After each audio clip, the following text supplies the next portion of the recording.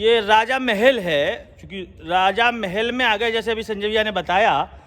तो ये देखिए राजा महल की आपको अंदर का जो सब नज़ारा दिख रहा है, ये राजा महल।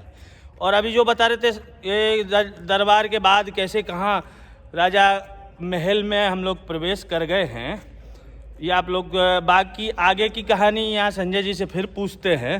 पवन, तुम्हें कैसा लग रहा है यहाँ पे? बहुत अच्छा फील हो रहा है। और ये पहले तुमने कभी किला घूमा? अभी तक तो पहली बार आए हैं। चलिए हम पवन के साथ अभी और आगे संजय जी से आगे निकल गए, वहाँ पहुँचते हैं और वहाँ से यहाँ कंटिन्यू करते हैं। हाँ संजय भैया। हाँ जी, ये राजा महल के अंदर आ चुके हैं आप लोग। जी जी। जैसा कि मैंने आपको बताया था कि इस महल के दो जो भाग हैं, दीवाने आम दीवाने खास जी। तो जनता दरबार तो आप बाहर देख चुके हैं। अच्छा। और ये खास दरबार जो होता था, जिसे आप दीवाने खास भी कहते हैं जी, ये राजा की एक प्रकार से कैबिनेट होती थी जी, जहाँ राजा अपने मंत्रियों के साथ बैठते थे और प्राइवेट मीटिंग डिस्कस करते थे फॉर द फ्यूचर प्लानिंग, कि भविष्य में हमें क्या करना है, हम कैसे अपनी रियासतों को और भी अच्छा बना सकें या डेवलप कर सकें। तो इनका जो खास दरबार होता था वो ये होता था। यहाँ पर आप नज़र देखेंगे, ये इनका पूरा खास दरबार था, यहाँ लगता था मंत्रिमंडल वगैरह होता था। ये हाँ, ये दीवाने खास था। अच्छा। और इसी के सामने यहाँ पर ये डांस स्टेज बनाई हुई है। ये जो स्टेज दिख रही है ये डांस की स्टेज है। यहाँ पर ये रंगमंच हुआ करता था, जी। यहाँ पर डांसर्स डांस करती थी। और आप लोग जानते हैं कि रानियां जो होती थी उस जमाने में जी, वो मर्दाना पार्ट में नहीं आ पाती थी। अच्छा। तो इसके पीछे वो कुछ झरोके बने हुए हैं।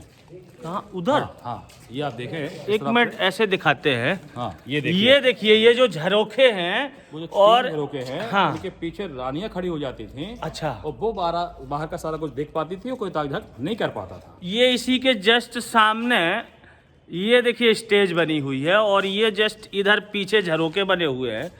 तो रानियां इधर से यहाँ नृत्य देखती थी। यस। अब जी, इस पूरे पैलेस के अंदर 120 रूम्स बनाए गए थे, बट इसका जो जनाना पार्ट है जहाँ पर हम नेक्स्ट जा रहे हैं उसमें केवल 7 कमरे ऐसे थे जो उनके लिए बेडरूम का काम करते थे, क्योंकि यहाँ के राजा की 6 रानियाँ थीं। तो आपकी जानकारी में है कि राजा उस ज़माने में एक से अधिक रानियाँ रखते थे। उसका मेन रीजन होता था कि राजा के एक से अधिक संबंध जगह पे रह सकें, क्योंकि हर एक रानी किसी न किसी राजा की बहन या बेटी होती थी। Yes yes. तो संबंधों का विस्तार करने के लिए वो ऐसा करते थे। एक चीज़ का और ध्यान रखना है आप लोगों को कि राजा की जो पहली पत्नी होती थी वो हमेशा महारानी होती थी। अच्छा। उनकी जो अन्य पत्नियां होती थी उनको हम रानियां बोलते थे। और महारानी का ही बेटा अगला उत्तराधिकारी होता था। मतलब जो रानी महारानी होती थी फर्स्ट जो वाइफ होती थी वो हमेशा महारानी होती थी। उनकी अच्छा। जो अन्य पत्नियां होती थी उनको हम रानियां बोलते थे। अच्छा। कई लोग हमसे ये भी पूछते हैं कि संजय, अन्य जो रानियां थी उनके ही बच्चे थे? बिल्कुल थे। उनको क्या बनाते थे? उनको मंत्रालय पद मिलता था। अच्छा। तो जो आज जो परिवारवाद चल रहा है ये राजा के समय से ही परिवारवाद था। जो खास पद होते थे वो अपने पब्लिक ये परिवार के पास ही रखा करते थे। जैसे कि अच्छा। उनका आर्मी का कमांडेंट कौन होना चाहिए, उनका वित्त मंत्री कौन होना चाहिए, रक्षा मंत्री कौन होना चाहिए, तो राजा के ब्लड से ही निकल के आते थे वो लोग। अब चलेंगे इसके लेडीज कोर्टयार्ड में। ठीक है। तो दीवाने आम से हम लोग अभी क्या है संजय भैया? ये महल के अंदर आ चुके हैं, लेडीज अच्छा। को कंपाउंड में आ अच्छा, यहाँ लेडीज कंपाउंड है ये रानीवास हुआ करता था। अच्छा। अंतापुरम कहीं कहीं बोलते हैं उसको। अच्छा। और जिस हॉल में आप खड़े हैं ये डाइनिंग एरिया था इनका। राजा महाराजा यहाँ पर खाना खाते थे। ये इसकी पेंटिंग को जरूर दिखाओ लोगों को। ये 500 साल पुरानी पेंटिंग यहाँ पर है।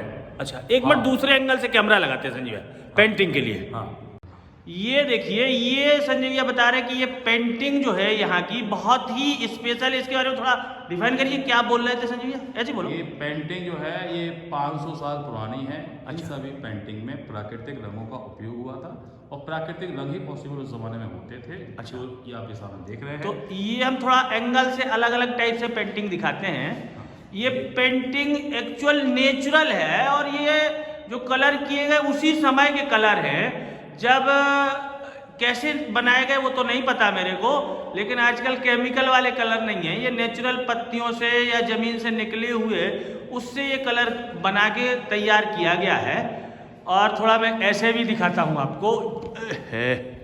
ये देखिए, ये बीच और ये ऐसे जो ये देखिए, ये सबसे सुंदर व्यू।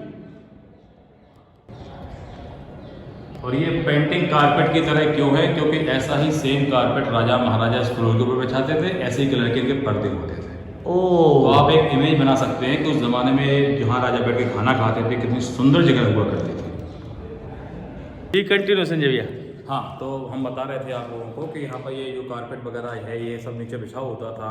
यहाँ पर जो लोहे के हुक्स वगैरह लगे हुए हैं, यहाँ पर वो पर्दे वगैरह लगाया करते थे। तो उस ज़माने पूरा हॉल कवर्ड था क्योंकि डाइनिंग एरिया था। अच्छा। फिर थोड़ा और आगे बढ़ते हैं। अच्छा। यहाँ पर हमें जो है पानी का टैंक देखने को मिलेगा और ये टैंक पानी भरा होता था यहाँ पर। ये जो टैंक है, ये टैंक इसी से नीचे जमीन में बनाया गया है, ये सामने से। हाँ और ये देखिए नीचे टैंक है, बिल्कुल, है ना संजय? इसके बारे में थोड़ा बताएं। जी।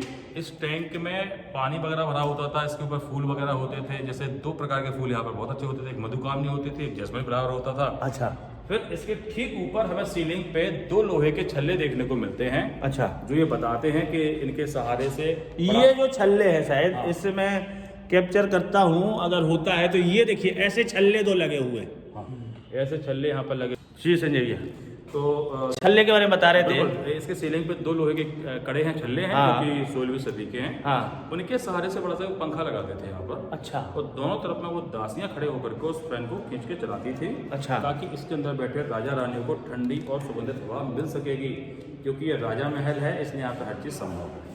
अब सबसे पहले मैं आपको दिखाऊंगा महारानी का बेडरूम, फिर दिखाऊंगा महाराजा का बेडरूम।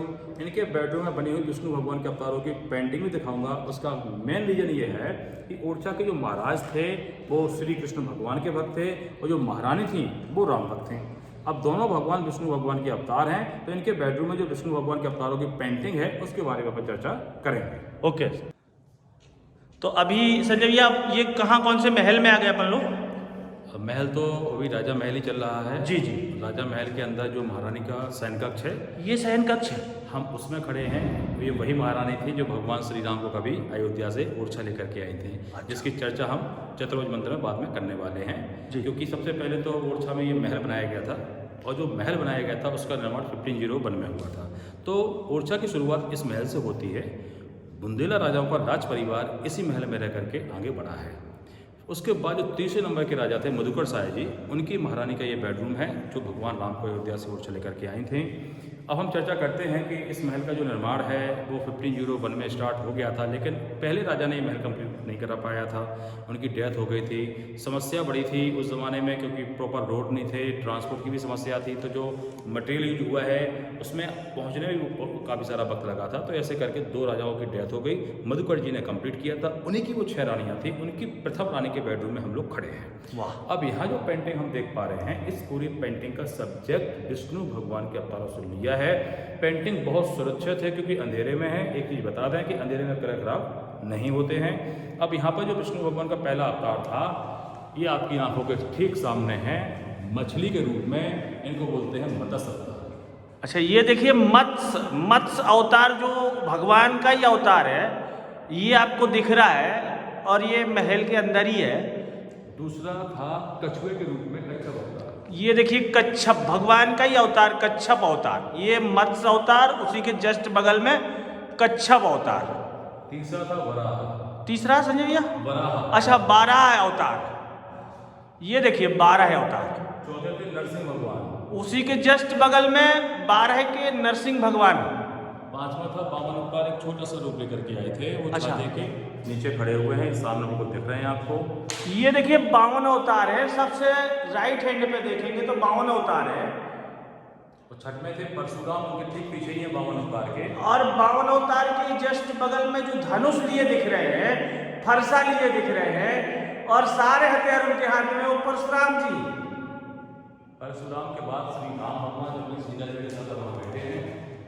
ये देखिए दरबार है, और राम जी का दरबार है। सीता जी, माता सीता और राम जी बैठे हैं। ठीक उनके पीछे जो है आपको हमारे श्री कृष्ण भगवान मिलेंगे, जो 8वें अवतार विष्णु भगवान के बताए जाते हैं। और ये बीचों बीच राम जी, और जस्ट बगल में जब जाएंगे तो इधर श्री कृष्ण भगवान, कृष्ण भगवान का भी दृश्य है। और ये बिल्कुल रियलिटी पहले की संजय भैया पूरा कलर है ये सब। हाँ, ये ओरिजिनल है, इसे द्वारा से रिनोवेट नहीं किया गया। अच्छा अच्छा।